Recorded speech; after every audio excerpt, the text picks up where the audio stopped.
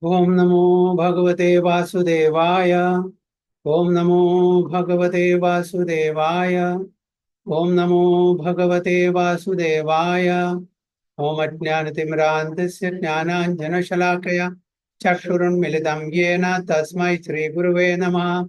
Shri Chaitanya Manobhishtam Sthapitam Yena Bhutale Swayam Rupa Kadamahyam Dadati Swapadandikam Mandeham Shri Gurum Shri Udapatakamanam Shri Gurum Vaishnavamsha Shri Rupam Sagrajatam Sagana Rughunatham Vidam Tam Sajivam Sadvaidam Savadutam Parijana Saidam Krishna Chaitanya Devam Shri Radha Krishna Padan Sagana Lalita Shri Vishakham Vidamscha He Krishna Karuna Sindhu Dinabandho Jagatpade Gopesha Gopika Kanda Radha Kanda Namotsude Tata Kanchana Gaurangi Radhe Vrindavaneshwari Shabanu Sude Devi Pranamami Hari Priye Vancha Kalpadarupecha Kripa Sindhu Bevacha Patidanam Pavanebhyo Vaishnavebhyo Namo Namaha Nama Om Vishnupadaya Krishna Prishaya Bhutale Srimade Bhakti Vedanta Swamini Dinamine Namaste Saraswati Deve Gauravani Pracharine Nirvishesha Shunyavadi Paschatya Deshatarine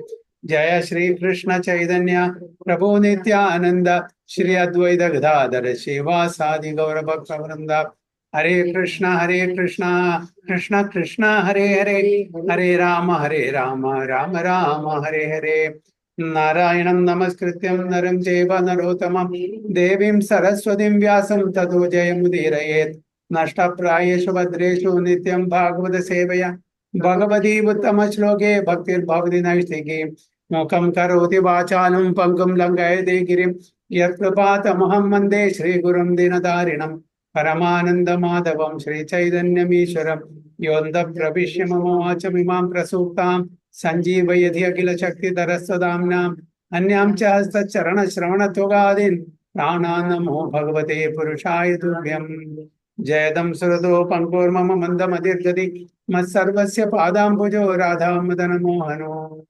Tamadi Devam Karunanidhanam Kamala Varnam Suhidavataram Apara Samsara Samudra Sedum Bhajamahe Bhagavata Swarupam Paramananda Bhattaya Premavarshi Aksharaya De Sarvada Sarvasevyaya Sri Krishnaya Namostume Guruve Gaurachandraya Radhikaya Tadaraye Krishnaya Krishna Bhaktaya Dhat Bhaktaya Namo Namo Hare Krishna Hari Om Tat Sat എല്ലാവർക്കും എൻ്റെ വിനീതമായ പ്രണാമം. ഇന്ന് നമ്മൾ ചർച്ച ചെയ്യാൻ പോകുന്നത് ശ്രീമദ് ഭാഗവതം പ്രഥമസ്കന്ധം 10ാമത്തെ അധ്യായം 3ാമത്തെ ശ്ലോകം മുതൽക്ക് അല്ലെ? 3ാമത്തെ ശ്ലോകം മുതൽക്കല്ലേ?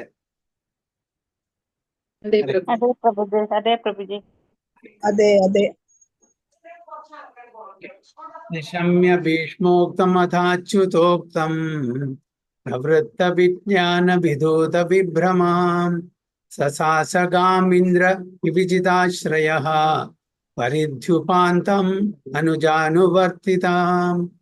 നിശമ്യ ഭീഷ്മോക്തം അഥാച്യുതോക്തം പ്രവൃത്ത വിജ്ഞാന വിദൂത വിഭ്രമഃ സസാസഗാം ഇന്ദ്ര വിവാചിതാശ്രയഃ പരിധ്യുപാന്താം അനുജാനുവർത്തിതഃ. ഹരേ കൃഷ്ണ. ഹരേ കൃഷ്ണ. ഹരേ കൃഷ്ണ പ്രഭുജി പ്രണാമം. ഓം നമോ ഭഗവതേ വാസുദേവായ. നിശമ്യ ഭീഷ്മോക്തമദ അച്യുതോക്തം പ്രവൃത്ത വിജ്ഞാന വിദൂത വിഭ്രമഃ സശാസഗാമീന്ദ്ര ഇവാജിതാശ്രയഃ പരിത്യുപാന്തം അനുജാനുവർത്തിതഃ. വിവർത്തനം ഭാവാർത്ഥം. ശ്രീലപ്രഭാതിക്ക് ജയ്. വിവർത്തനം. ഭീഷ്മദേവന്റെയും അപ്രമാദഗതിയായ ശ്രീകൃഷ്ണ ഭഗവാന്റെയും വാക്കുകളാൽ മഹാരാജാവ് യുധിഷ്ഠിരൻ പ്രബുദ്ധനായ ശേഷം പരിപൂർണ ജ്ഞാനത്തെ സംബന്ധിച്ച വിഷയങ്ങളിൽ സ്വയം നിയുക്തനായി. തന്നിമിത്തം അദ്ദേഹത്തിന്റെ സർവ്വ ആശങ്കകളും ദൂരീകരിക്കപ്പെട്ടു. അങ്ങനെ അദ്ദേഹം തന്റെ സോദരരോടൊത്ത് ഭൂമിയും സമുദ്രവുമെല്ലാം ഭരിച്ചു. ഹരേ Krishna. Very good. Maharaja Yudhishthira, after being enlightened by what was spoken by Bhishma Deva and Lord Sri Krishna, the infallible, engaged himself in matters of perfect knowledge because all his misgivings were eradicated. Thus, he ruled over the earth and seas and was followed by his younger brothers. ഇവിടെ എന്താണ് ശൗനകാദി ഋഷികള് സൂത ഗോസ്വാമിയോട് ചോദിച്ചു എന്നാണ് ചോദിച്ചത്. അതായത് Bhishma പിതാമഹന്റെയും complete എല്ലാ administrative സ്കിൽസിന്റെ ജ്ഞാനം പകർന്നു കൊടുത്ത ശേഷം, ശ്രീകൃഷ്ണ ഭഗവാന്റെ ആ ജ്ഞാനം പകർന്നു കൊടുത്ത ശേഷം യുധിഷ്ഠിര മഹാരാജാവ് എങ്ങനെ ഈ രാജ്യം ഭരിച്ചു എന്നാണ് ചോദിച്ചത്. അപ്പോ രണ്ടുപേരും, ഒന്ന് ഭഗവാൻ സ്വയം, രണ്ട് ഭഗവാന്റെ ശുദ്ധഭക്തൻ. രണ്ടുപേരുടെ നിന്നും യുധിഷ്ഠിര മഹാരാജാവിനും മറ്റുള്ള പാണ്ഡവന്മാർക്കും ശരിക്കുള്ള ഉപദേശങ്ങൾ കിട്ടി, എങ്ങനെയാണ് രാജ്യം ഭരിക്കേണ്ടത്. ആ കംപ്ലീറ്റ് ഉപദേശം കിട്ടിയ ശേഷം എങ്ങനെ രാജ്യം ഭരിച്ചു എന്നാണ് ഇവിടെ ചോദ്യം. അപ്പോ സുത ഗോസ്വാമി പറയുന്നത് മഹാരാജ യുധിഷ്ഠിര ഇവർ രണ്ടുപേരുടെയും ആ ജ്ഞാനം ആർജിച്ചതിന് ശേഷം ഇവിടുന്ന് ഒന്ന് ഭഗവാൻ സ്വയം, ഒന്ന് ഭഗവാന്റെ ശുദ്ധഭക്തൻ. കൃഷ്ണൻ ആരാണ്? അബ്സല്യൂട്ട് ട്രൂത്ത്, പരമസത്യം അല്ലെ, പൂർണ്ണ പുരുഷോത്തം ഭഗവാൻ. അദ്ദേഹത്തിന്റെ ശുദ്ധഭക്തനാണ് ഭീഷ്മ പിതാമഹൻ. ഇവര് രണ്ടുപേരാണ് യുധിഷ്ഠിരനും മറ്റു പാണ്ഡവന്മാർക്കും ജ്ഞാനം പകർന്നു കൊടുത്തത് യുദ്ധത്തിന് ശേഷം. കൃഷ്ണ ദ ഇൻഫാലിബിൾ എന്ന് പറഞ്ഞാൽ ഒരിക്കലും തെറ്റു പറ്റാത്തത്, സ്റ്റെയിൻലെസ്, ഒരിക്കലും വീഴ്ച സംഭവിക്കാത്തത്. അപ്പൊ അദ്ദേഹം പറയുന്ന കാര്യങ്ങളെല്ലാം ധർമ്മമായിരിക്കും. ധർമാംതു സാക്ഷാത് ഭഗവത് പ്രണീതാം എന്നാണ് പറയുന്നത്. ഭഗവാൻ എന്ത് ചെയ്യുന്നു, എന്ത് പറയുന്നു, അതെല്ലാം ധർമ്മം ആയിരിക്കും. ഒരിക്കലും അതിന് യാതൊരു തെറ്റും പറ്റില്ല, ഒരു വീഴ്ചയും പറ്റില്ല. അതുകൊണ്ടാണ് ഭഗവാൻ ഇവിടെ ഇൻഫാലിബിൾ എന്ന് പറയുന്നത്.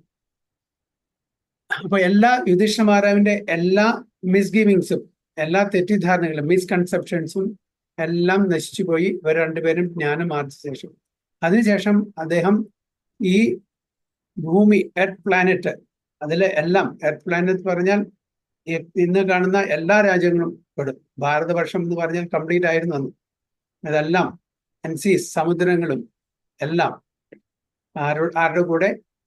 പഞ്ചപാണ്ഡവന്മാരുടെ, അതായത് തൻ്റെ സഹോദരന്മാരുടെ കൂടെ അവരെ വളരെ നന്നായിട്ട് ഭരിക്കാൻ തുടങ്ങി, ഭരിച്ചു.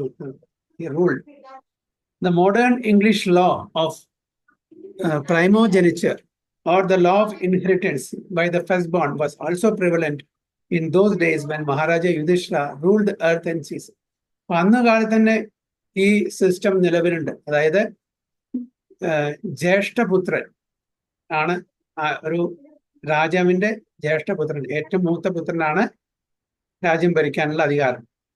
അതിനുശേഷം അദ്ദേഹത്തിന്റെ പുത്രനാണ് കിട്ടുന്നത്, സഹോദരന്മാർക്ക് കിട്ടില്ല. അപ്പൊ മൂത്ത പുത്രനാണ്, രാജാവിന്റെ മൂത്ത പുത്രനാണ് രാജ്യം ഭരിക്കാനുള്ള അധികാരം. അതിന് അദ്ദേഹത്തിന്റെ ശേഷം അദ്ദേഹത്തിന്റെ മൂത്ത പുത്രൻ, അങ്ങനെയാണ് ഈ ഇൻഹെറിറ്റൻസ് പോകുന്നത്. അതാണ് ഇവിടെ ഇന്നത്തെ കാലത്തും അതുപോലെയാണ്. ഇപ്പോൾ ചില രാജ്യങ്ങൾക്ക് രാജ്യഭരണമുണ്ട് അല്ലെ, അവിടെയും ഇതേ പ്രൊസീജിയറാണ്, ഇതേ സിസ്റ്റമാണ് അവർ ഫോളോ ചെയ്യുന്നത് എന്നാണ് പറയുന്നത്. So in those days, the king of Hastinapura, now part of New Delhi, was the emperor of the world, including the seas, up to the time of Maharaja Parikshit. Maharaja Parikshit രാജ്യം ഭരിക്കുന്നത് വരെ ഈ ഭൂമി മുഴുവനെ ഈ ചക്രവർത്തിമാരുടെ കീഴായിരുന്നു. യുധിഷ്ഠിരന്റെ സമയത്ത് യുധിഷ്ഠിരൻ, അതിനുശേഷം പരീക്ഷിത് മഹാരാജാവിന് ആ സ്ഥാനം ഏറ്റുകൊടുത്തു.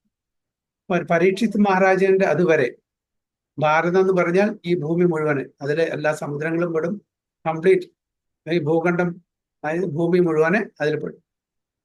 പിന്നീടാണ് അതെല്ലാം തുണ്ടായിട്ട് പ്രത്യേക രാഷ്ട്രങ്ങളായിട്ട് മാറിയത്.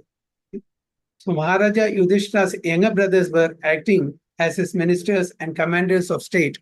There was full cooperation between the perfectly religious brothers of the king. അന്നത്തെ കാലത്ത് എന്തായിരുന്നു?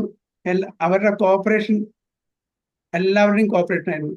പഞ്ചപാണ്ഡവന്മാരുടെ യുധിഷ്ഠിര മഹാരാജാവ് എന്താണ് പറയുന്നത്, അത് അർജുനും ഭീമനും നകുലും സഹദേവനും എല്ലാം കേൾക്കും. ഫുൾ കോപ്പറേഷൻ കൂടിയാണ് അവർ രാജ്യം ഭരിച്ചിരിക്കുന്നത്. ഇന്നത്തെ കാലത്ത് നടക്കുമോ? ബ്രദേഴ്സ് തമ്മിൽ, അപ്പൊ ആർക്കാണോ രാജ്യഭരണം കിട്ടിയത് അവരുടെ ബ്രദേഴ്സ് അവിടെ പ്രശ്നം ഉണ്ടാക്കും. എനിക്കും അതിൽ അർഹതയുണ്ട്, എനിക്കും ഭരിക്കണം, അങ്ങനെ അവര് വഴക്കടിക്കും, അവിടെ പ്രശ്നമാവും. അന്നത്തെ കാലത്ത് ഉണ്ടായിരുന്നില്ല, വളരെ കോപ്പറേഷൻ ആയിരുന്നു. ഇന്നത് നടക്കില്ല. ഒരു അച്ഛന് 4 മക്കളുണ്ടെങ്കിൽ എല്ലാവരും വഴക്കടിക്കും, എനിക്ക് ഭരണം വേണം, എനിക്ക് ഈ പൊസിഷൻ രാജാവാവണം അല്ലെ. അപ്പോൾ അത് അന്ന് ഉണ്ടായിരുന്നില്ല. അവർ വളരെ കോപ്പറേഷനോട് കൂടിയാണ് അവരെല്ലാം രാജ്യം ഭരിച്ചിരുന്നത്. സോ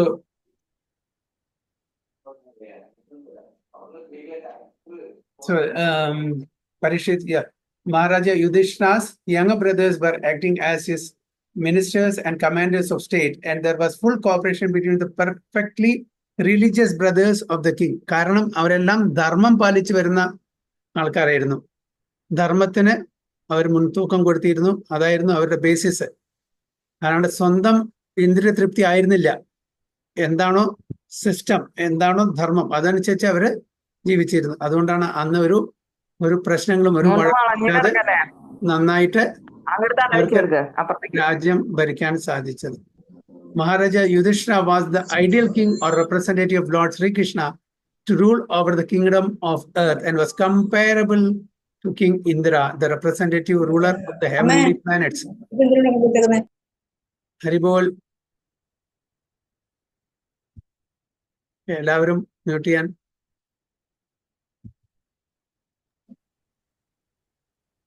അപ്പോ ഇവിടെ യുധിഷ്ഠിര മഹാരാജാവിനെ ആരോടാണ് ഓർമ്മിച്ചിരിക്കുന്നത്? ഇന്ദ്രദേവനോട്, അല്ലേ? Comparable to king Indra, the representative ruler of heavenly planets. അപ്പൊ അത്രയും പ്രതാപം പ്രശസ്തിയും അദ്ദേഹത്തിനുണ്ടായിരുന്നു യുധിഷ്ഠിര മഹാരാജാവിന്. ഹെവൻലി പ്ലാനറ്റ്സ്, സ്വർഗലോകത്തിലെ രാജാവാണ് king Indra. The demigods like Indra, Chandra, Surya, Varuna, and Vayu are representative kings of different planets of the universe. Indran, Chandran, Suryan, Varunan, Vayu ഇവരെല്ലാം ഓരോ പ്ലാനറ്റ്സിന്റെ, ഈ യൂണിവേഴ്സിന് ഓരോ പ്ലാനറ്റ്സിന്റെ അധിപന്മാരാണ്. And similarly, Maharaja Yudhishthira was also one of them, ruling over the kingdom of all. അതേപോലെ earth പ്ലാനറ്റിന്റെ അധിപൻ രാജാവായിരുന്നു Maharaja Yudhishthira. Maharaja Yudhishthira was not a typically unenlightened political leader of modern democracy. Maharaja Yudhishthira was instructed by Bhishma Deva and the infallible Lord also, and therefore he had full knowledge of everything in perfection. പ്രത്യേകിച്ചിട്ട് Yudhishthira മഹാരാജന്റെ ഭാഗ്യം എന്താണ്? സ്വയം ഭഗവാനും അതേപോലെ തന്നെ ഭീഷ്മ പിതാമനും അദ്ദേഹത്തിന് വേണ്ടുന്ന instruction, നിർദ്ദേശങ്ങൾ കൊടുത്തു. ധർമ്മത്തിന്റെ എല്ലാ വശങ്ങളും അദ്ദേഹത്തിന് പറഞ്ഞു കൊടുത്തു. അതുകൊണ്ട് രാജ്യം ഭരിക്കാൻ യാതൊരു ബുദ്ധിമുട്ടായിരുന്നില്ല. ധർമ്മത്തിന്റെ അടിസ്ഥാനത്തിൽ തന്നെ അദ്ദേഹം രാജ്യം ഭരിച്ചുകൊണ്ടിരുന്നു. The modern elected executive head of a state is just like a puppet because he has no kingly power. Even if he is enlightened like Maharaja Yudhishthira, he cannot do anything out of his own goodwill due to his constitutional position. ഇന്നത്തെ കാലത്തെ ministers അവർക്ക് ഒറ്റയ്ക്ക് ഒരു തീരുമാനം എടുക്കാൻ പറ്റില്ല. അതാണ് ഇന്നത്തെ സിറ്റുവേഷൻ. തീരുമാനം എടുക്കണമെങ്കിൽ മറ്റുള്ളവരുടെ സമ്മതം കൂടി വേണം. അന്നത്തെ കാലത്ത് എന്താണോ രാജാവ് പറയുന്നത് അത് അക്ഷരാർത്ഥത്തിൽ ധർമ്മത്തിന് ഉതകുന്നതായിരിക്കും, നീതിക്കും ധർമ്മത്തിനും ഉതകുന്നതായിരിക്കും. അത് വിട്ട് അവരൊന്നും പറയില്ല, ഒന്നും ചെയ്യില്ല. അതുകൊണ്ട് എല്ലാവരുടെയും സഹകരണം അന്നുണ്ടായിരുന്നു. ഇന്നതല്ല. ഇന്ന് അവരവരുടെ താല്പര്യം എന്താണ്? പ്രജകളുടെ താല്പര്യമല്ല. അവനവന്റെ ഇന്ദ്രിയ ഭോഗത്തിന് എന്താണോ വേണ്ടത് അതനുസരിച്ചാണ് ഓരോ നിയമങ്ങളെല്ലാം അവിടെ കൊണ്ടുവരുന്നത്. ഇന്നത്തെ കാലത്തെ മിനിസ്റ്റേഴ്സ്, അത് ഏത് പൊസിഷനിലെ മിനിസ്റ്റേഴ്സ് ആയിക്കോട്ടെ, അതാണ് ഇന്നത്തെ കാലത്തെ. അതുകൊണ്ടാണ് എപ്പോഴും പ്രശ്നങ്ങൾ ഇവിടെ സംഭവിക്കുന്നത്. അപ്പോൾ ഇന്നത്തെ ഗവൺമെന്റ് അധികകാലം നിൽക്കില്ല, ഓപ്പോസിഷൻ ഉണ്ടായിരിക്കും, എല്ലാവരും എതിർക്കും. ഒരു കാര്യം ശരിക്കും നടത്താൻ ഇവിടെ ബുദ്ധിമുട്ടാണ്. എപ്പോഴും വഴക്കടിച്ചുകൊണ്ടിരിക്കും. നമ്മളിപ്പോൾ നടന്നുകൊണ്ടിരിക്കുന്നത് കാണുന്നതാണ്. ഒരു ബില്ല് പാസ്സാക്കണമെങ്കിൽ എത്ര പ്രശ്നങ്ങളാണ്. ഒരുപാട് ഓപ്പോസിഷൻ, നല്ലതായാലും ശരി അത് ചെയ്താലും ശരി, അത് ആരുടെയും സമ്മതം കിട്ടില്ല. എല്ലാവർക്കും അവരുടെ നിക്ഷിപ്ത താല്പര്യങ്ങളുണ്ട്. അതനുസരിച്ചിട്ടാണ് അവരെല്ലാം സഹകരിക്കണ്ടേ എന്ന് അവർ തീരുമാനിക്കുന്നത്. So therefore, there are so many states over the earth quarreling because of ideological differences or other selfish motives. But a king like Maharaja Yudhishthira had no ideology of his own. അതായത് സ്വന്തം താല്പര്യമല്ല അവിടെ അന്നത്തെ രാജാക്കന്മാർ എന്ന് പറഞ്ഞാൽ ഭഗവാന്റെ representative. നേരത്തെ പറഞ്ഞ പോലെ ഒരു രാജാവ് എന്ന് പറഞ്ഞാൽ ഭഗവാന്റെ റെപ്രസെന്റേറ്റീവ്. ഭഗവാൻ എന്താണ് ആഗ്രഹിക്കുന്നത്, എങ്ങനെയാണോ ഭഗവാൻ സ്വയം രാജ്യം ഭരിക്കാൻ വന്നാൽ എങ്ങനെ രാജ്യം ഭരിക്കും, അതേപോലെ ഭഗവാന്റെ റെപ്രസെന്റേറ്റീവ് ആയിട്ടുള്ള ഭക്തന്മാരാണ്. അവരെല്ലാം ഋഷികൾ എന്നാ പറയുന്നത്, അല്ലെ? ഋഷി സെയിൻലി പേഴ്സണാലിറ്റീസ് ആണ് അവര്. King of king of Rishi's ആണ്. അപ്പൊ രാജഋഷീസ് ആണ് അവർ. അങ്ങനത്തെ ആ പൊസിഷനിലെ ആൾക്കാരാണ് അന്നത്തെ രാജഭരണം നടത്തിയിരുന്നത്. ഇന്നത്തെ ആൾക്കാർ എന്താണ്, എല്ലാം മെറ്റീരിയലി ഓറിയന്റഡ് ആണ്. അവനവന്റെ ഇന്ദ്രിയതൃപ്തി, അതിനു വേണ്ടിയിട്ടാണ് എല്ലാം അവർ ചെയ്യുന്നത്. അല്ലാണ്ട് രാജ്യം ഭരിക്കാനോ പ്രജകളെ സേവിക്കാൻ വേണ്ടിയിട്ടല്ല അവർ ചെയ്യുന്നത്. സ്വന്തം പോക്കറ്റ് എങ്ങനെ അറിയാൻ പറ്റും, സ്വന്തം താല്പര്യങ്ങളെ എങ്ങനെ നടത്തി കൊണ്ടുപോകാൻ പറ്റും, അതാണ് അവരുടെ agenda. So he had but to follow the instructions of the fallible Lord and the Lord's representative and the authorized agent Bhishmadeva. It is instructed in the Shastras that one should follow the great authority and the infallible Lord without any personal motive and manufacture ideology. അപ്പൊ എന്താണ് ശാസ്ത്രങ്ങളിൽ പറഞ്ഞിരിക്കുന്നത്, അത് പ്രകാരം മാത്രമേ അവർ ചെയ്യുള്ളൂ. അതായത് സ്വന്തം ഒരു ഐഡിയോളജിയും അവര് മാനുഫാക്ചർ ചെയ്യില്ല. എല്ലാം ധർമ്മത്തിന്റെ അടിസ്ഥാനത്തിലും നീതിയുടെ അടിസ്ഥാനത്തിൽ മാത്രമേ അവര് കാര്യങ്ങൾ കൊണ്ടുപോകുള്ളൂ എന്നാണ് പറയുന്നത്. Therefore, it was possible for Maharaja Yudhishthira to rule the whole world, including the seas, because the principles were infallible and universally applicable to everyone. The conception of one world state can only be fulfilled if we can follow in the infallible authority. Prabhupada പറയാറുണ്ട്, okay, നമ്മളുടെ എന്താണ് പറയാ, എല്ലാ രാജ്യങ്ങളുടെയും കൂടെയുള്ള union, എല്ലാവർക്കും separate ഇതാണ് പതാകയാണ് അല്ലെ. എല്ലാവർക്കും സെപ്പറേറ്റ് ഒരു പതാകയുടെ കീഴിലാണ് ഇവിടെ രാജ്യം ഭരിച്ചിരുന്നത്. ആര്? അന്ന് യുധിഷ്ഠിരൻ. ഇത് ഓരോ രാജ്യത്തിനും സെപ്പറേറ്റ് ഫ്ലാഗ് ആണ്. ഓരോരുത്തരുടെ താല്പര്യം വ്യത്യാസമാണ്. അപ്പൊ അതെല്ലാം കൂടി ഒരുമിച്ച് എങ്ങനെ കൊണ്ടുവരാൻ പറ്റും? യുണൈറ്റഡ് നേഷൻസ് ആണ്. ഓക്കെ, ആ യുണൈറ്റഡ് നേഷൻസിൽ എത്ര രാജ്യങ്ങളുണ്ടോ അത്രയും കൊടികൾ അവിടെ പറക്കുന്നുണ്ടായിരിക്കും. അപ്പൊ എല്ലാവരുടെയും സെപ്പറേറ്റ് ഫ്ലാഗ്സ് ആണ്, സെപ്പറേറ്റ് ഐഡിയോളജിയാണ്. അങ്ങനെ സെപ്പറേറ്റ് ഐഡിയോളജി ഉള്ള എല്ലാവരും കൂടി ഒരുമിച്ച് എങ്ങനെ പോകാൻ പറ്റും? പറ്റില്ല. അപ്പൊ അതുകൊണ്ടാണ് എംപറർ അല്ലെങ്കിൽ ചക്രവർത്തി ഒരു രാജാവ്, ആ രാജാവിന്റെ കീഴിലാണ് ബാക്കി ഓരോ സ്ഥലത്തും സെപ്പറേറ്റ് രാജാവ്. ഈ രാജാവ് പറയുന്ന അനുസരിച്ച് മറ്റുള്ള സ്റ്റേറ്റുകളിലെ മറ്റുള്ള രാജ്യങ്ങളിലെ രാജാവ് പ്രവർത്തിക്കുക. അതുകൊണ്ട് യുണൈറ്റഡ് നേഷൻസ് ഉണ്ടായാലും ശരി, അത് പേരിന് മാത്രമാണ്. ഒരിക്കലും ഒരുമിച്ച് നിന്നിട്ട് അവർക്ക് രാജ്യം ഭരിക്കാൻ പറ്റില്ല ഇന്നത്തെ കാലത്ത് എന്നാണ് പറയുന്നത്. So N imperfect human being cannot create an ideology acceptable to everyone. നമുക്കറിയാം, നമ്മളുടെ മനുഷ്യർക്ക് എല്ലാവർക്കും 4 ഡിഫക്ട്സ് ഉണ്ട് അല്ലെ. ഈ 4 ഡിഫക്റ്റ് കാരണം നമുക്ക് ശരിക്കുള്ള ഒരു നീതി വ്യവസ്ഥ, ശരിക്കുള്ള ഒരു ഐഡിയോളജി, ശരിക്കുള്ള ഒരു ധർമ്മം നമുക്ക് കൊണ്ടുവരാൻ പറ്റില്ല, മാനുഫാക്ചർ ചെയ്യാൻ പറ്റില്ല. കാരണം എന്താണ്? 4 പ്രശ്നങ്ങൾ, 4 ഡിഫക്ട്സ് ആണുള്ളത്. ആ 4 ഡിഫക്ട്സ് ആണ് imperfect senses, cheating propensity, committing mistakes, subject to be illusion. അത് കാരണം എനിക്ക് ഇഷ്ടപ്പെടുന്നത് മറ്റുള്ളവർക്ക് ഇഷ്ടപ്പെടില്ല, മറ്റുള്ളവർക്ക് ഇഷ്ടമുള്ളത് എനിക്ക് ഇഷ്ടപ്പെടുന്നില്ല അല്ലെ. അതേപോലെ ഓരോ രാജ്യത്തിലും ഓരോ ഐഡിയോളജി ഉണ്ടായിരിക്കും. അപ്പൊ എല്ലാ രാജ്യത്തിന്റെയും ഐഡിയോളജി ഒരുമിച്ച് പോവില്ല. ഒരു പ്രധാനപ്പെട്ട ഒരു അധികാരി, ഒരു പ്രധാനപ്പെട്ട ലീഡറെ നമ്മൾ ഫോളോ ചെയ്യുകയാണെങ്കിൽ എല്ലാം നല്ല രീതിയിൽ നടക്കും. പക്ഷെ അങ്ങനെയുള്ള ഒരു ലീഡറെ ഫോളോ ചെയ്യാൻ ആർക്കും താല്പര്യമില്ല. അതുകൊണ്ട് നമ്മളുണ്ടാക്കിയ നിയമങ്ങള് അതിൻ്റെതായിട്ടുള്ള അപാകതകൾ ഉണ്ടായിരിക്കും, പോരായ്മകൾ ഉണ്ടായിരിക്കും. അത് ഒരിക്കലും നമുക്ക് നല്ലൊരു ഭരണം കാഴ്ചവെക്കാൻ പറ്റില്ല എന്നാണ് പറയുന്നത്. Only the perfect and infallible can create a program which is applicable at every place and can be followed by all in this world. അപ്പോൾ ആർക്കാണ് ശരിക്ക് നീതി വ്യവസ്ഥകള്, ധർമ്മം, ഇതെല്ലാം ശരിക്ക് അതിൻ്റെ നിയമങ്ങൾ, യമനിയമങ്ങളൊക്കെ ഉണ്ടാക്കാൻ പറ്റുക? Infallible, perfect and infallible. Okay, അത് ഭഗവാന്റെ നിയമമാണ്. ഭഗവാൻ നമുക്ക് നിയമങ്ങൾ പറഞ്ഞു തന്നിട്ടുണ്ട്.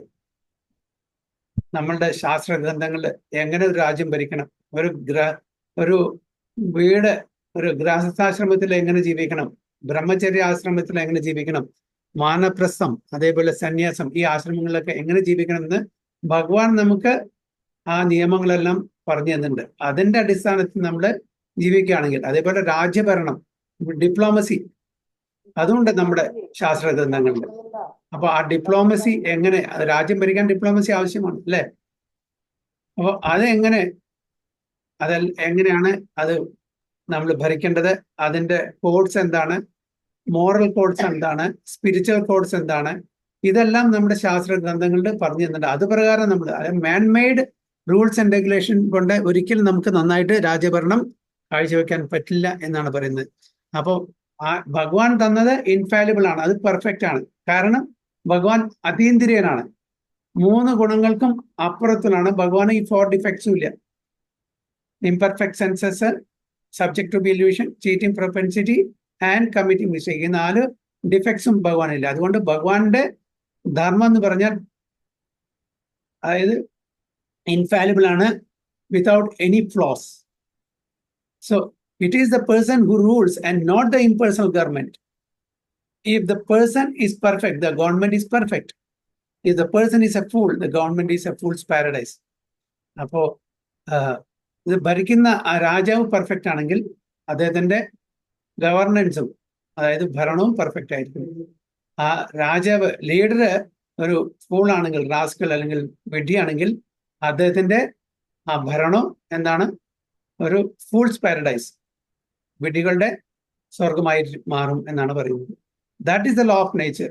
There are so many stories, imperfect kings or executive heads. Therefore, the executive head must be a trained person like Maharaja Yudhishthira, and he must have the full autocratic power to rule over the world.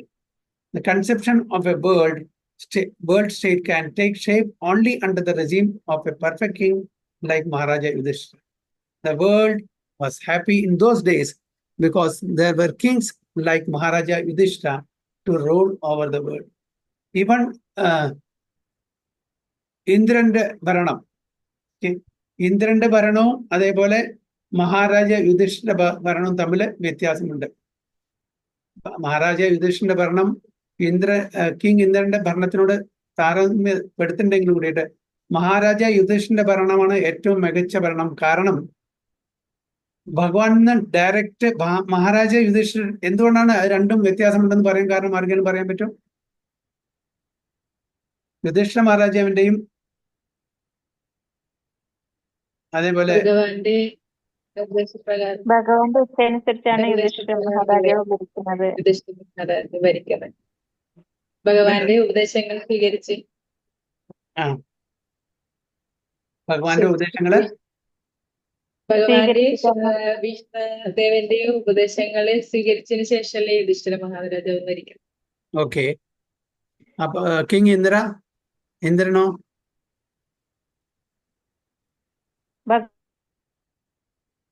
ഭഗവാൻ appoint ചെയ്തതാണ് ഇന്ദ്രനെ. Okay.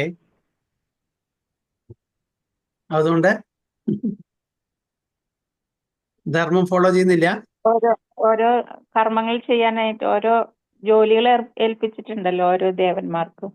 Okay. അത് ചെയ്യാനായിട്ട്. അല്ല, അപ്പോ യുധിഷ്ഠിര മഹാരാജാവിനെ പോലെ രാജ്യം ഭരിക്കാൻ ഇന്ദ്രന് പറ്റില്ല എന്നാണോ പറയുന്നത്? ഇന്ദ്രൻ സ്വർഗത്തിലല്ലേ? ആ, സ്വർഗത്തിലാണെങ്കിലും കൂടിയിട്ട് അദ്ദേഹത്തിന്റെ ഡിപ്പാർട്ട്മെന്റ് മാനേജ് ചെയ്യണ്ടേ? കിങ് ഓഫ് ഹെവൻ അല്ലേ? എന്താണ് വ്യത്യാസം എന്ന് പറഞ്ഞാൽ, ഇവിടെ മഹാരാജ യുധിഷ്ഠിരൻ ഒരു ശുദ്ധ ഭക്തനാണ്. എന്താണോ ഭഗവാന്റെ പ്രീതി അത് മാത്രമേ ഉള്ളൂ, ശുദ്ധ ഭക്തനാണ്. നേരെ മറിച്ച് ഇന്ദ്രഭഗവാൻ സകാമ ഭക്തനാണ്. ഇന്ദ്രഭഗവാന് ചീറ്റിംഗ് പ്രൊപ്പൻസിറ്റി ഉണ്ടോ? എപ്പോഴേലും ആരെങ്കിലും ചീറ്റ് ചെയ്തിട്ടുണ്ടോ ഇന്ദ്രഭഗവാൻ? എപ്പോ?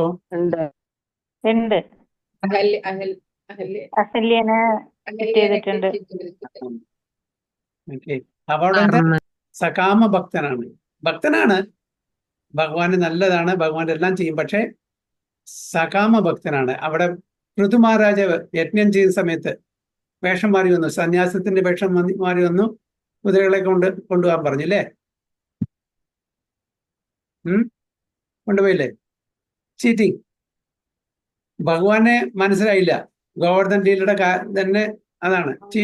അവിടെ സബ്ജക്ട് ടു ബി ഇല്യൂഷൻ, അവിടെ ഇല്യൂഷൻ വന്നു ഇന്ദ്രന്, അല്ലേ? ദേഷ്യം വന്നു, ഇല്യൂഷൻ വന്നു. അപ്പോ അദ്ദേഹത്തിന്റെ സെൻസസും ഇംപെർഫെക്റ്റ് ആണ്. അപ്പൊ ഇംപെർഫെക്റ്റ് ആയിട്ടുള്ള സെൻസസിന്റെ ചീറ്റിംഗ് പ്രൊപ്പൻസിറ്റി ഉണ്ട്. ഓക്കെ, ഞാനാണ് എല്ലാറ്റിന്റെയും അധിപൻ എന്നുള്ള ആ ഒരു ചെറിയൊരു ഫോൾസ് പ്രൈഡ് ഉണ്ട്. പക്ഷെ ഇവിടെ മഹാരാജ യുധിഷ്ഠിരൻ ഒരു ശുദ്ധഭക്തനാണ്. അപ്പൊ എന്താണോ ഭഗവാന്റെ പ്രീതി അത് മാത്രമേ അവിടെ നോക്കുന്നുള്ളൂ. അപ്പൊ രാജഭരണം ധർമ്മത്തിന്റെയും നീതിയുടെയും അടിസ്ഥാനത്തിന് മാത്രമേ വെച്ചുള്ളൂ. സ്വന്തം നിക്ഷിപ്ത താല്പര്യത്തിന് അവർ വഴങ്ങില്ല. അതുകൊണ്ടാണല്ലോ ഈവൻ യുദ്ധം ജയിച്ചിട്ടും കൂടിയിട്ട് അദ്ദേഹം വളരെ വളരെ വിഷണ്ണനായി. കാരണം ഇത്രയും ആൾക്കാരുടെ മരണത്തിന് ഞാനാണല്ലോ കാരണക്കാരൻ, ഈ രാജ്യത്തിന് വേണ്ടിയാണല്ലോ ഇത് ചെയ്തത്. പിന്നെ ഭീഷ്മ പിതാമഹനും ഭഗവാൻ കൃഷ്ണനും ഇതെല്ലാം പറഞ്ഞു കൊടുത്ത ശേഷമാണ് അദ്ദേഹത്തിന് എല്ലാം സമാധാനമായതിനു ശേഷം രാജ്യം ഭരിച്ചു. അപ്പൊ രണ്ടുപേരും തമ്മിൽ വ്യത്യാസം, ഒന്ന് സകാമ ഭക്തരാണ്, ഇത് ഡെമിഗോഡ്സ് ഒക്കെ. ഇവിടെ ഭീഷ്മ പിതാമനും അർജുനും അവരെല്ലാം ശുദ്ധഭക്തന്മാരാണ്. ഭീഷ്മ പിതാമനും ഒക്കെ ശുദ്ധഭക്തൻ. ഇതാണ് വ്യത്യാസം. Hare Krishna. So next text 4. കാമം വവർഷ പർജന്യ സർവകാമാ ദുകാമഹി ശിശുചു സ്മം വ്രജാൻ ഗാവാ പയസോധാസ്വതീർമുഢാ. കാമം വവർഷ പർജന്യ സർവകാമാ ദുകാമഹി ശിശുചു സ്മ വ്രജാൻ ഗാവാ പയസോധാസ്വതീർമുഢാ. ഹരേ കൃഷ്ണ പ്രഭു.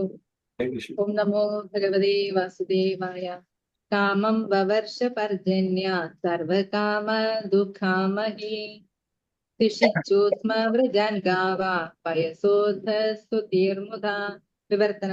വിവർത്തനം ഭാവാർത്ഥം ബൈ ഹിസ് ഡിവൈൻ ഗ്രേസ് അഭയ ചരണാരവിന്ദ ഭക്തി വേദാന്ത സ്വാമി ശ്രീല പ്രഭുപാദ് കി ജയ്.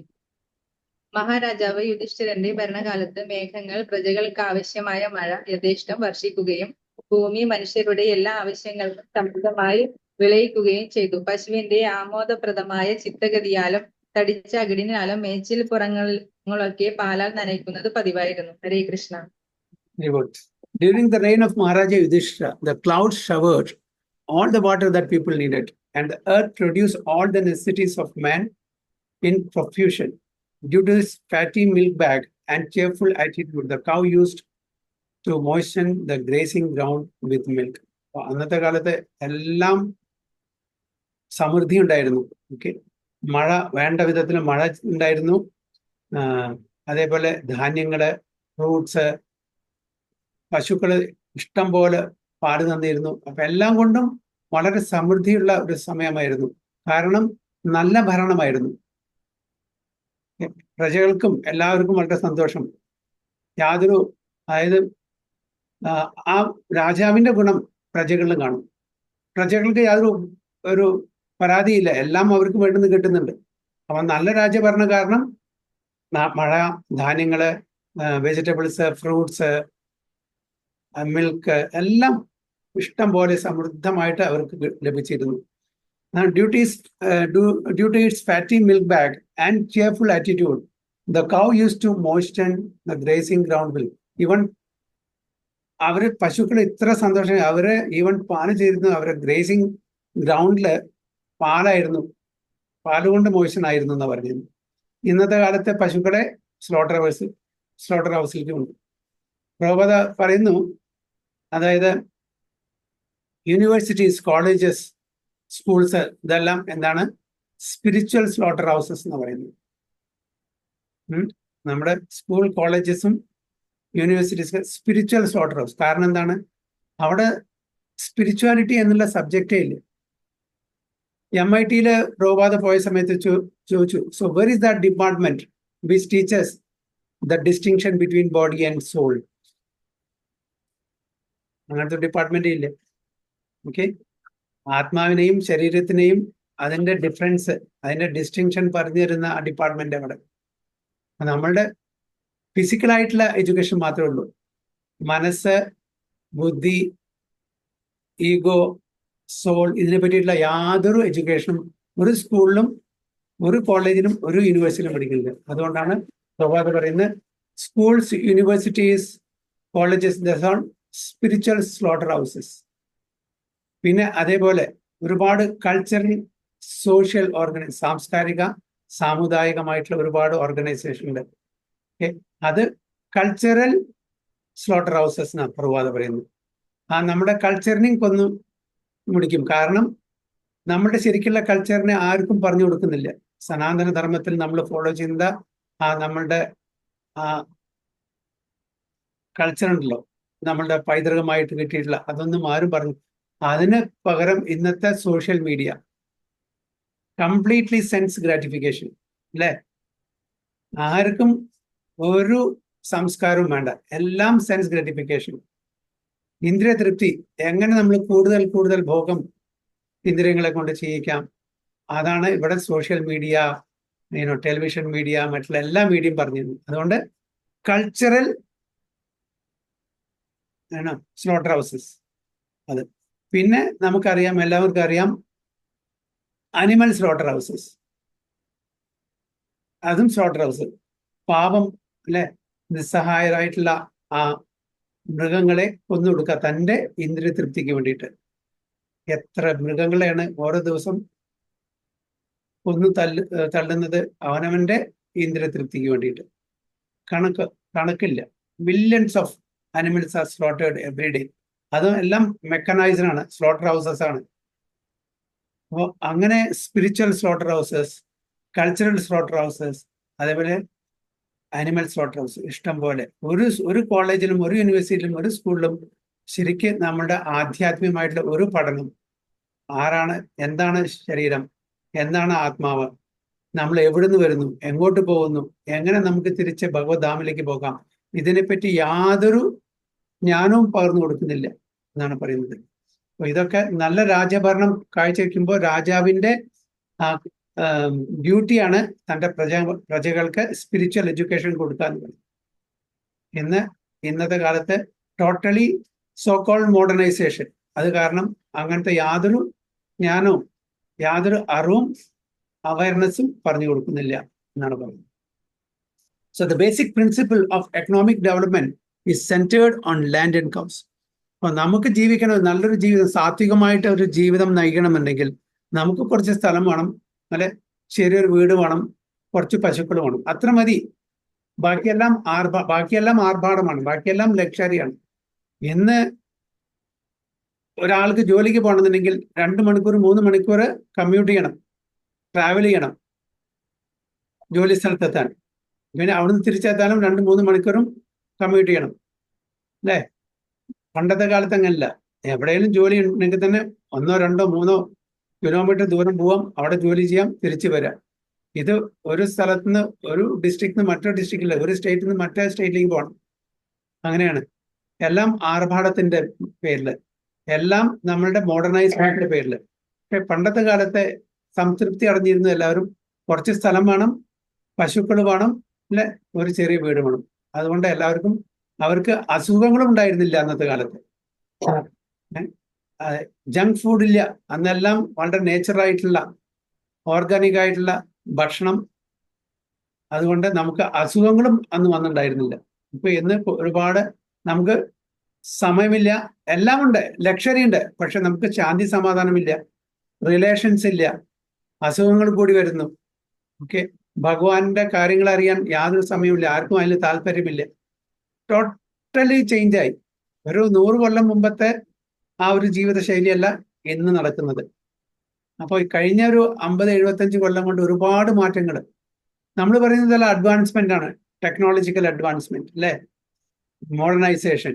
പക്ഷെ ആക്ച്വലി നമ്മൾ പുറകോട്ടാണ് പോകുന്നത്.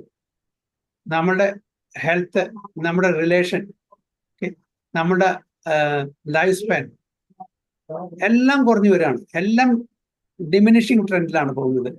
നമുക്ക് ഇത്ര എല്ലാം ഉണ്ടായിട്ടും, ആർഭാടം എല്ലാം ഉണ്ടായിട്ടും നമുക്ക് സന്തോഷമില്ല, ശാന്തി സമാധാനമില്ല. അന്നത്തെ കാലത്തുള്ള ആൾക്കാർക്കുള്ള ശാന്തി സമാധാനം ഇന്നത്തെ ആൾക്കാർക്ക് ഒട്ടുമില്ല.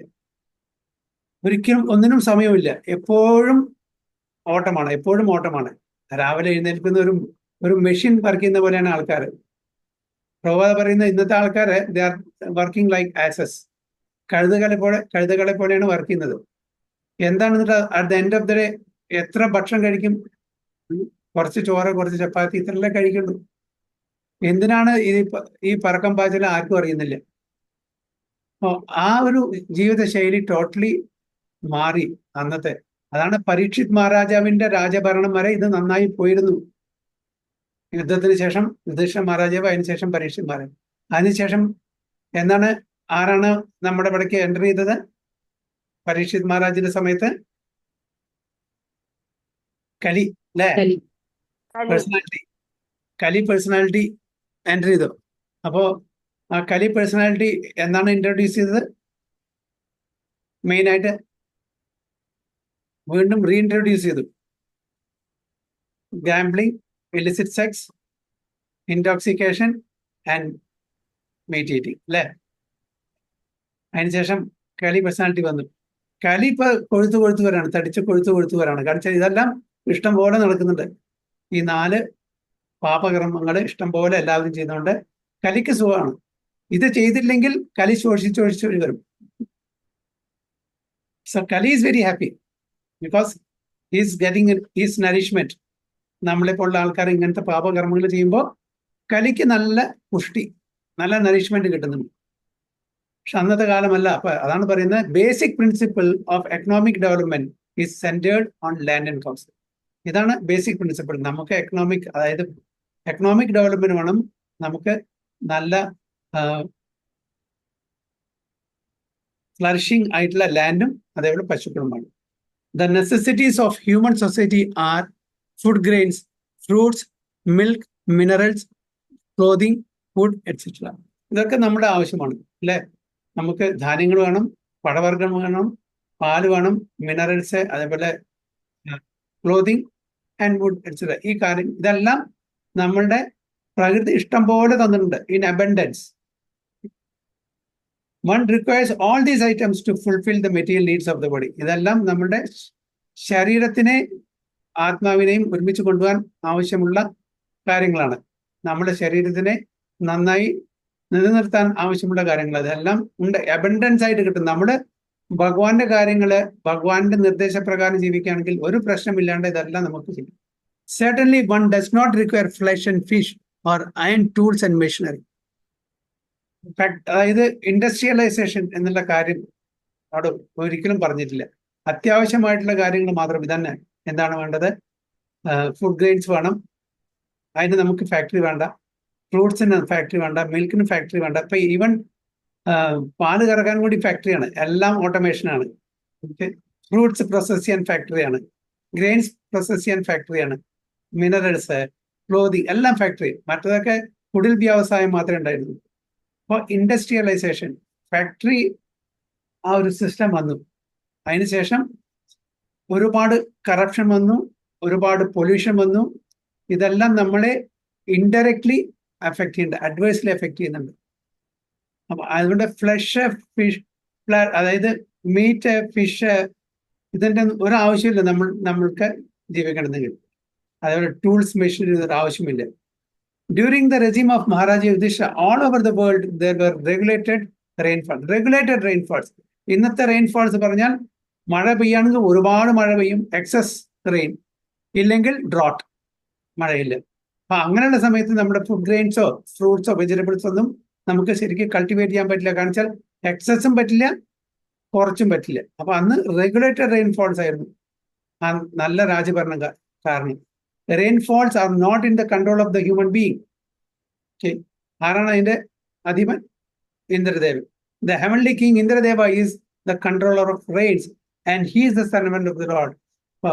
അപ്പൊ അദ്ദേഹം റെഗുലേറ്റഡ് റെയിൻസ്, അതിന് ആവശ്യമനുസരിച്ചിട്ടുള്ള റെയിൻ. കാരണം വെച്ചാൽ അത്രയും നല്ല രാജഭരണം കാഴ്ചവെച്ച യുധിഷ്ഠിര മഹാരാജാവിന്റെ സമയത്ത് എക്സസ് റെയിനോ അല്ലെങ്കിൽ ഷോർട്ട് റെയിനോ ഉണ്ടായിരിക്കും, ഐ മീൻ ലെസ് റെയിനോ ഉണ്ടായിരിക്കില്ല. അപ്പൊ റെഗുലേറ്റഡ് ഉണ്ട്. അപ്പോൾ ഒരിക്കലും നമ്മളുടെ കൃഷി അതൊന്നും എഫക്റ്റ് ആവില്ല. അത് നശിക്കില്ല, നല്ല ഈൽഡ് നമുക്ക് കിട്ടും. When the Lord is obeyed by the king and the people under the king's administration, there are regulated rains from the horizon, and these rains are the causes of all varieties of production on the land. അപ്പോൾ എല്ലാ തരത്തിലുള്ള ധാന്യങ്ങളും ഫ്രൂട്ട്സും വെജിറ്റേഷനും എല്ലാം വളരെ സമൃദ്ധിയോടെ നമുക്ക് അവിടെ കിട്ടും. കൾട്ടിവേഷൻ നന്നായിരിക്കും, യാതൊരു സ്കൈസിറ്റി ഉണ്ടായിരിക്കില്ല എന്നാണ് പറയുന്നത്. Not only do regulated rains help ample production of grains and fruits, but when they combine with astronomical influences, there's ample production of valuable stones and pearls. അത് മാത്രമല്ല, നമുക്ക് വളരെ വാല്യുബിൾ ആയിട്ടുള്ള സ്റ്റോൺസ്, അമൂല്യമായിട്ടുള്ള രത്നങ്ങള്, അതേപോലെ മുത്തുകളും കിട്ടും ഈ റെയിനിൽ. Grains and vegetables can sumptuously feed a man and animals, and a fatty cow delivers enough milk to supply a man sumptuously with vigor and vitality. ഇതെല്ലാം കാരണം നമുക്ക് നല്ല സംപ്ച്വസ് നറിഷ്മെന്റ് കിട്ടും. നമ്മളുടെ ദേഹ ആരോഗ്യം വളരെ നന്നായിരിക്കും. ഇന്നത്തെ ആൾക്കാർ അങ്ങനെയല്ല. ചില ആൾക്കാർ നല്ല ഭക്ഷണം കിട്ടും, ചില ആൾക്കാർക്ക് കിട്ടില്ല. പ്രോപ്പർ ഡിസ്ട്രിബ്യൂഷൻ തന്നെ ഇല്ല, അല്ലേ? ഫുഡ്, ഗ്രെയിൻസ്, ഫ്രൂട്ട്സ്, വെജിറ്റബിൾസ്, മറ്റ് നെസസറി ഐറ്റംസ് ശരിക്കുള്ള പ്രോപ്പർ ഡിസ്ട്രിബ്യൂഷൻ ഇന്ന് നടക്കുന്നില്ല. എല്ലാവരും ശേഖരിച്ച് വെക്കുകയാണ്, കളക്ട് ചെയ്ത് വെക്കുകയാണ് അവനവന്റെ ഗോഡൌണിൽ. അപ്പൊ അതുകൊണ്ട് എന്തായി? സ്കാസിറ്റി ആയി. പൈസ ഉള്ളവരും കയ്യൂക്കുള്ള ആൾക്കാരൊക്കെ എല്ലാവരും അവരവരുടെ വീട്ടിലതെല്ലാം ശേഖരിച്ച് വെക്കുന്നു, ഡിസ്ട്രിബ്യൂഷൻ നടക്കുന്നില്ല. അന്ന് അങ്ങനെയല്ല, എല്ലാവർക്കും ആവശ്യത്തിനനുസരിച്ച് ഡിസ്ട്രിബ്യൂഷൻ ചെയ്യും. അപ്പൊ അതുകൊണ്ട് എല്ലാവർക്കും വേണ്ടുന്ന ആ പോഷക ആഹാരങ്ങളും കിട്ടിയിരുന്നു, എല്ലാ ആവശ്യങ്ങളും നിറവേറ്റിയിരുന്നു. അപ്പൊ അതുകൊണ്ട് അവരുടെ ഹെൽത്തും എല്ലാം വളരെ നന്നായിട്ട് പോയിരുന്നു. ഇന്ന് ചില ആൾക്കാർക്ക് ഉണ്ട്, ചില ആൾക്കാർക്ക് ഇല്ല. ചില ആൾക്കാർ മാൽന്യൂട്രീഷൻ, അവർക്ക് ചില ആൾക്കാർ പോവർട്ടി സ്ട്രീക്കൺ, ചില ആൾക്കാർക്ക് നല്ല വീടില്ല, ക്ലോത്തിങ് ഇല്ല, ഫുഡില്ല. അങ്ങനെ ഒരുപാട് ഒരു ഡിസ്പാരിറ്റി നമ്മുടെ സൊസൈറ്റിയിൽ കാണാൻ പറ്റും. If there is enough milk, enough grains, enough fruit, enough cotton, enough silk, and enough jewels, then why do the people need cinemas, houses of prostitution, slaughterhouses, etc.? ഇതെല്ലാം നമുക്ക് ഇഷ്ടം പോലെ ഉണ്ടെങ്കിൽ, നല്ല ഫുഡ് ഉണ്ട്, ജ്വൽസ് ഉണ്ട്, ഗാർമെന്റ്സ് ഉണ്ട്, ഇതെല്ലാം നമുക്കുണ്ട് എങ്കിൽ എന്തിനാണ് cinema, cars, radio, flash and hotels എന്നാണ് ചോദിക്കുന്നത്. ഇതെല്ലാം അൺനെസറി നമ്മളെ തന്നെ നശിപ്പിക്കുകയാണ് ചെയ്യുന്നത്. നമ്മളുടെ ക്യാരക്ടർ നശിപ്പിക്കും. ആക്ച്വലി വാല്യൂ എഡ്യൂക്കേഷൻ സിസ്റ്റം ഇല്ല, നടക്കുന്നില്ല. അന്ന് അത് നടക്കുന്നുണ്ടായിരുന്നു. എന്ത് ചെയ്യണം, എന്ത് ചെയ്യരുത്, എന്താണ് ധർമ്മം, എന്താണ് അധർമ്മം, ഇതെല്ലാം പഠിപ്പിച്ചു തന്നിരുന്നു. ഇന്നെല്ലാം അധർമ്മം ധർമ്മമായിട്ട് കാണുന്നു. അതാണ് ഇവിടെ പറയുന്നത്. ഹോട്ടൽസ്, ഫ്ലഷ് ട്രേഡ്, ഇതെല്ലാം നടക്കുന്നു. സിനിമ, ഇതെല്ലാം മോഡേണൈസേഷന്റെ പേരിൽ ഒരുപാട് പാപകർമ്മങ്ങൾ നമ്മൾ ചെയ്യുന്നു. ഇത് നമ്മള് അധോലോകത്തിലേക്ക് കൊണ്ടുവന്നു, പിന്നെ അധമത്തിലേക്ക് കൊണ്ടുവന്നു, നരകത്തിലേക്ക് കൊണ്ടുവന്നു. ഒരിക്കലും നമുക്ക് മുക്തി കിട്ടില്ല ഈ ജന്മ, മൃത്യു, ജരാവ്യാധിയിൽ നിന്ന് ഇങ്ങനെ പാപകർമ്മങ്ങളിൽ ഏർപ്പെട്ടാണ്.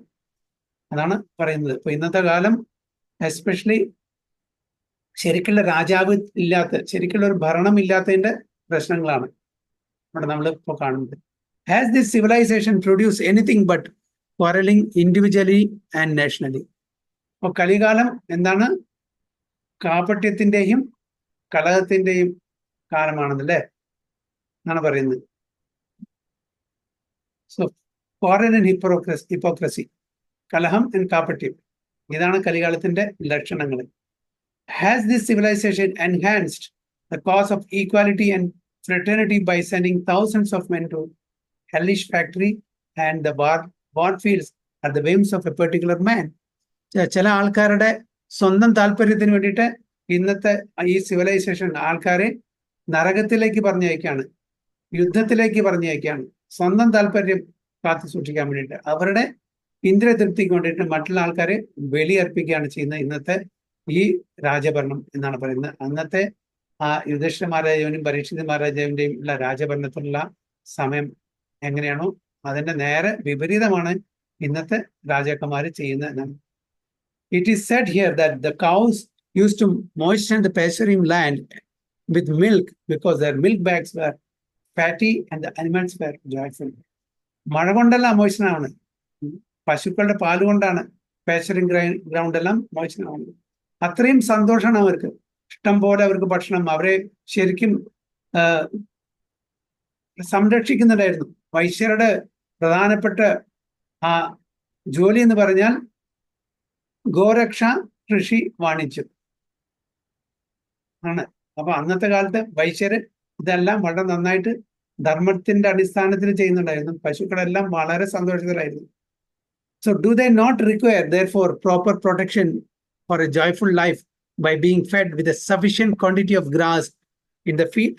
Why should men kill cows for their selfish purpose? എന്തിനാണ് അനാവശ്യമായിട്ട് മൃഗങ്ങളെ, എസ്പെഷ്യലി പശുക്കളെ കൊല്ലുന്നത്?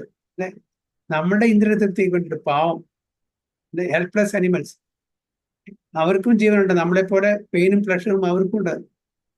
അവരെ എന്തിനാണ് നിസ്സഹായരായിട്ടുള്ള ആ മൃഗങ്ങളെ കൊന്നിട്ട് നമ്മുടെ ഇന്ദ്രിയതൃപ്തിക്ക് വേണ്ടിയിട്ട്? എത്ര പാപങ്ങളാണ്! ഒരു പശുവിനെ ഒരാൾ കൊന്നാൽ ആ പശുവിന്റെ ദേഹത്തിൽ എത്ര രോമുണ്ട്, അത്രയും തവണ ഈ ഭൂമിയിൽ ജനിക്കേണ്ടി വരുന്നു. ആലോചിച്ച് നോക്കൂ. ഒരു പശുവിനെ കൊന്നാൽ ആ പശുവിന്റെ ദേഹത്തിൽ എത്ര രോമുണ്ട്, അത്രയും തവണ ഭൂമിയിൽ വീണ്ടും വീണ്ടും ജനിക്കേണ്ടി വരും. അപ്പൊ ഒരു കൊല്ലത്തിൽ എത്ര പശുക്കളെയാണ് സ്ലോട്ടർ ചെയ്യുന്നല്ലേ? ഒരാളിന്റെ ഒരു മാംസം കഴിക്കുന്ന ഒരു വ്യക്തി ഒരു വർഷത്തിൽ എത്ര കിലോ മാംസം കഴിക്കുന്നു? ആലോചിച്ച് നോക്കൂ. അത്രയും പാപമാണ് നമ്മൾ ചെയ്യുന്നത്. Why should men kill cows for their selfish purpose? നമുക്ക് ഇഷ്ടം പോലെ വെജിറ്റബിൾസ് ഉണ്ട്, ഫ്രൂട്ട്സ് ഉണ്ട്, ഫ്ലവേഴ്സ് ഉണ്ട്, ഇതെല്ലാം ജീവിച്ച് സുഖമായിട്ട് ജീവിക്കാം. പാവങ്ങളായിട്ടുള്ള ഈ മൃഗങ്ങളെ എന്തിന് കൊന്ന് നമ്മുടെ ഇന്ദ്രിയ തൃപ്തിക്ക് വേണ്ടിയിട്ട് അവരെ കൊന്നു തള്ളണം എന്നാണ് ഇവിടെ ചോദിക്കുന്നത്. Why should man not be satisfied with grains, fruits and milk which combined together can produce hundreds and thousands of palatable dishes? എത്ര തരത്തിലുള്ള സ്വാദിഷ്ടമായിട്ടുള്ള ആഹാര പദാർത്ഥങ്ങൾ നമുക്ക് ഉണ്ടാക്കാൻ പറ്റും ഈ വെജിറ്റബിൾ കൊണ്ടും മിൽക്കും മറ്റുള്ള ഫ്രൂട്ട്സ് അങ്ങനെയുള്ള കാര്യങ്ങൾ കൊണ്ട്. ഒരുപാട് തരത്തിലുള്ള ഡിഷസ് നമുക്ക്. അതുകൊണ്ട് നമുക്ക് തൃപ്തി അടയില്ല. എന്തിനാണ് അനാവശ്യമായിട്ട് ഈ മൃഗങ്ങളെ കൊന്നിട്ട് അവരെയും കൂടി നമ്മുടെ ഈ നരകത്തിലേക്ക് നമ്മൾ തന്നെയാണ് കാരണക്കാരൻ. നമ്മളുടെ നരകത്തിൽ പോകാൻ കാരണക്കാരൻ നമ്മൾ തന്നെയാണ്. അപ്പൊ എത്ര കാലം നരകത്തിൽ ജീവിക്കേണ്ടി വരും, എത്ര കാലം ഈ ലോവർ സ്പീഷീസിൽ മൃഗങ്ങളായിട്ടും പക്ഷികളായിട്ടും വൃക്ഷങ്ങളായിട്ടും ജീവിക്കേണ്ടി വരും. ഇത് കാരണം, ഈ ഒരൊറ്റ കാരണം കൊണ്ട്. പ്രഭുപാദ പറയുന്ന രണ്ട് മെയിൻ കാരണമാണ് ഈ ഇവിടുത്തെ പ്രധാനപ്പെട്ട പാപകർമ്മങ്ങൾ. രണ്ട്, ഒന്ന് സ്ലോട്ടർ ഹൗസസ്, അനിമൽ കില്ലിംഗ്. രണ്ട്, എംബ്രിയോ കില്ലിംഗ്, അബോർഷൻ. ഇത് രണ്ടുമാണ് ഏറ്റവും വലിയ പാപകർമ്മങ്ങൾ എന്ന് പറയുന്നത്. അബോർഷനും അതേപോലെ ആനിമൽ കില്ലിംഗ്, സ്ലോട്ടർ ഹൗസസ്. അപ്പൊ അതിന് നമ്മൾ എത്ര കാലം നമ്മൾ നരകത്തിൽ ജീവിക്കേണ്ടത് നമുക്ക് പറയാൻ പറ്റില്ല. അത് കഴിഞ്ഞിട്ട് എത്ര കാലം ഈ ഭൂമിയിൽ നമ്മൾ ഏതെല്ലാം സ്പീഷീസിൽ, ഏതെല്ലാം ജീവിതം, അതായത് മനുഷ്യരായിട്ടും മൃഗങ്ങളായിട്ടും മറ്റ് ജീവജാലങ്ങളായിട്ടും നമുക്ക് ജീവിക്കേണ്ടി വരും നമുക്ക് അറിയാൻ പറ്റില്ല, ഈ പാപം കാരണം. So Maharaja Parikshit, grandson of Maharaja Yudhishthira, while touring his vast kingdom, saw a black man attempting to kill a cow. ആരെയാണ് കണ്ടത്? Parikshit Maharaj, grand of Maharaja Yudhishthira. ആരെ കണ്ടു? കലിയെ കണ്ടു. Black man attempting to kill a cow. ഒരു പശുവിനെ കൊല്ലാൻ ശ്രമിക്കുന്നത്. The king at once arrested the butcher and chastised him sufficiently. Should not a king or executive head protect the lives of poor animals who are unable to defend themselves? അപ്പൊ തന്നെ അദ്ദേഹത്തിനെ punish ചെയ്തു, പിടിച്ചിട്ടല്ലേ. ഇന്നത്തെ കാലത്താണ് ഇന്ന് promote ചെയ്യാണ് ഇന്ന് slaughter houses, mechanise slaughter houses. ഒരു മിനിറ്റില് hundreds of cows are slaughtered, hundreds of animals are slaughtered. ഇതിന് കൂട്ടുനിൽക്കുന്ന, ഇതിന് പെർമിഷൻ കൊടുക്കുന്ന എല്ലാ അധികാരികളും, എല്ലാ ലീഡേഴ്സും ഇതിലകപ്പെട്ട എല്ലാവരും ഈ സ്ലോട്ടർ ഹൗസസിൽ കഴിക്കുന്നവരും സപ്ലൈ ചെയ്യുന്നവരും ഡിസ്ട്രിബ്യൂട്ട് ചെയ്യുന്നവരും ഇതേപോലെ സ്ലോട്ടർ ചെയ്യുന്നവരും ട്രാൻസ്പോർട്ട് ചെയ്യുന്നവരും എല്ലാവർക്കും ഭയങ്കരമായിട്ടുള്ള പാപകർമ്മങ്ങൾ അനുഭവിക്കേണ്ടി വരും. In this humanity, is this humanity? Are not the animals of a country citizens also? But even animals are also citizens of the country. അവരെയും പ്രൊട്ടക്ട് ചെയ്യണം, അത് രാജാവിന്റെ ധർമ്മമാണ്. Then why are they allowed to be butchered in organized slaughterhouses? Are these the signs of equality, fraternity, and non-violence? Therefore, in contrast with the modern advanced civilized form of government, an autocracy like Maharaja Yudhishthira is by far superior to a so-called democracy in which animals are killed and a man less than an animal is allowed to cast votes for another less than animal man. അപ്പോൾ പറയുന്നത് മഹാരാജ യുധിഷ്ഠിര അതേപോലെ പരീക്ഷിത് മഹാരാജാവിന്റെ ആ കാലഘട്ടത്തിലുള്ള ആ ഒരു ഭരണമല്ല ഇപ്പോ നടക്കുന്നത്. ഇപ്പൊ അനാവശ്യമായിട്ട് എത്രയോ പശുക്കളെ എത്രയോ മൃഗങ്ങളെ കൊന്ന് തള്ളുകയാണ് അവരുടെ സ്വന്തം ഇന്ദ്രിയ ഭോഗത്തിന് വേണ്ടിയിട്ട്. ഇത് ആരാണ് ഇതിന് അനുവാദം കൊടുക്കുന്നത്? നമ്മളെപ്പോലുള്ള ആൾക്കാര് ഒരു രാജാവിന്, ഒരു ലീഡറെ, ഒരു മിനിസ്റ്ററെ നമ്മള് തെരഞ്ഞെടുക്കുന്നു. നമ്മളും പൊട്ടന്മാരാണ്, തെരഞ്ഞെടുക്കുന്ന ആൾക്കാരും പൊട്ടന്മാരാണ്.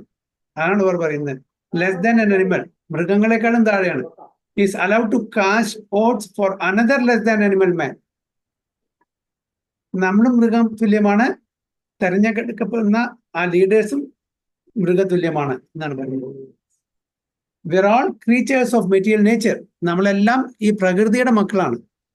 In the Bhagavad Gita, it is said that the Lord himself is the seed-giving father and the material nature is the mother of all living beings in all shapes.